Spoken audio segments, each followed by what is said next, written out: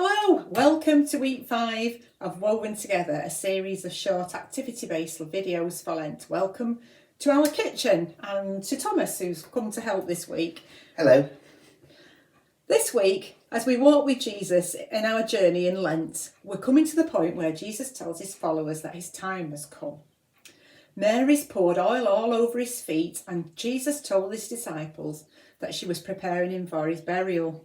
That probably caused a consternation. They'd seen Lazarus raised from the dead, and in John's Gospel, at this point, Jesus has just ridden into Jerusalem on a donkey. Some foreign visitors to Jerusalem were fascinated by Jesus and asked the disciples if they could meet him. They'd probably heard all about him, and you know what it's like. You want to see the person that has told you so many wonderful things in person. Jesus heard this conversation going on and then said to the disciples that this was the sign that his time had come. Things were all falling into place. To help them understand, he asked them to imagine a tiny seed of wheat. They knew that a farmer wouldn't just hoard seeds in a jar and keep them safe, because then nothing would be produced from them. There would be no harvest. What would have to happen is it would have to be buried in the ground, where it would look to all intents and purposes that it had died.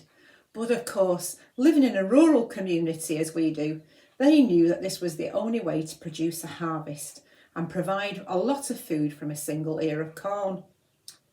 Jesus, of course, was talking about himself and about what was going to happen to him. He could only be in one place at the time in his human body, even though he was divine. But in the process of dying in that body and being raised to life, he could be everywhere at all times with all of us. So today we wanted to share with you an activity you could do at home to look at this, to think about something growing from something very small. So Thomas is here today to help me because all during lockdown we've been finding all sorts of activities to do, haven't we, Thomas? Yes, we have. And we thought you'd like to talk about what we started doing last summer. But actually, first, would you like to show everybody what we've been doing this week? Well, this week we've been growing some vegetables. For example, I'll show this to the camera. We've been making some vegetables. 3 of them are listed on this packet. And what are we doing? Are we actually growing the veg? We're actually growing the veg. But what are we doing with them? We're hopefully going to eat them.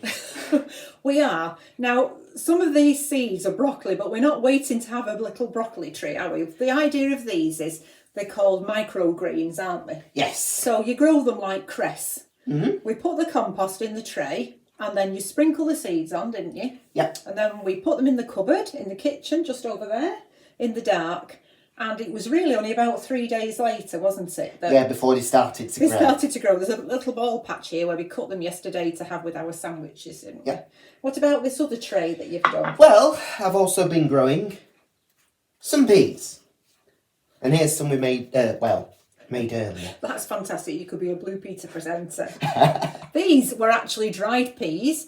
And we soaked these ones for about 24 hours, didn't we? Yes, about a day. And then did the same. We just put the compost in the tray, kept it damp, and then put the peas on the compost. And you can see today, I'm really impressed actually, they're coming up now.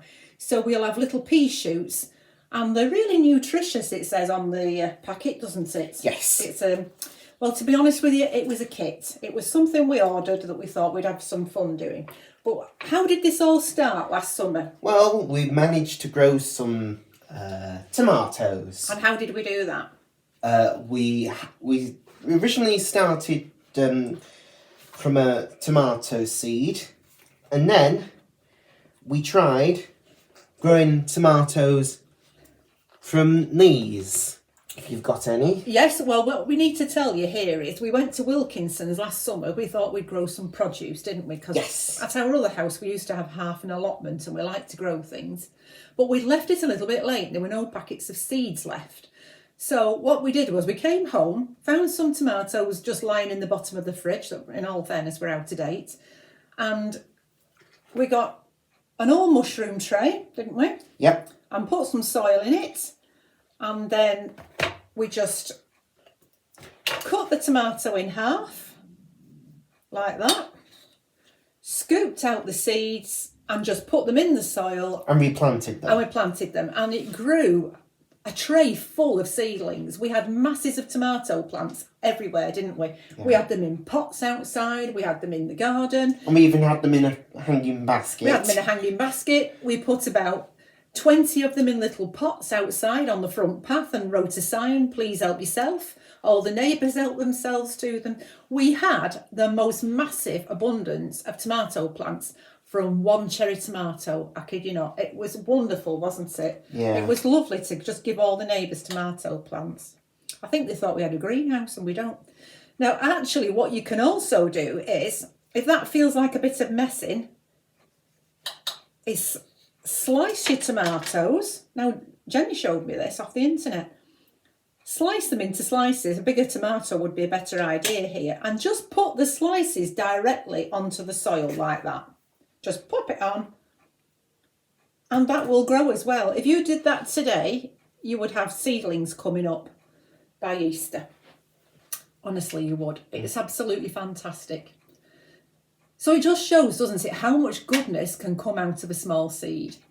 Jesus said, those who clutch at life, trying to keep it safe, one day will open their fingers and it'll have all slipped through them. They'll find it gone. But those who are brave and hold life lightly in their hands, those who plant it, will find that they've got a crop of eternal life. So have fun planting something this week and we'll see you next week. We're off now to go and plant some sunflower seeds, aren't we? Yes, of course we are. See you next time. See you next time. Bye. Bye-bye.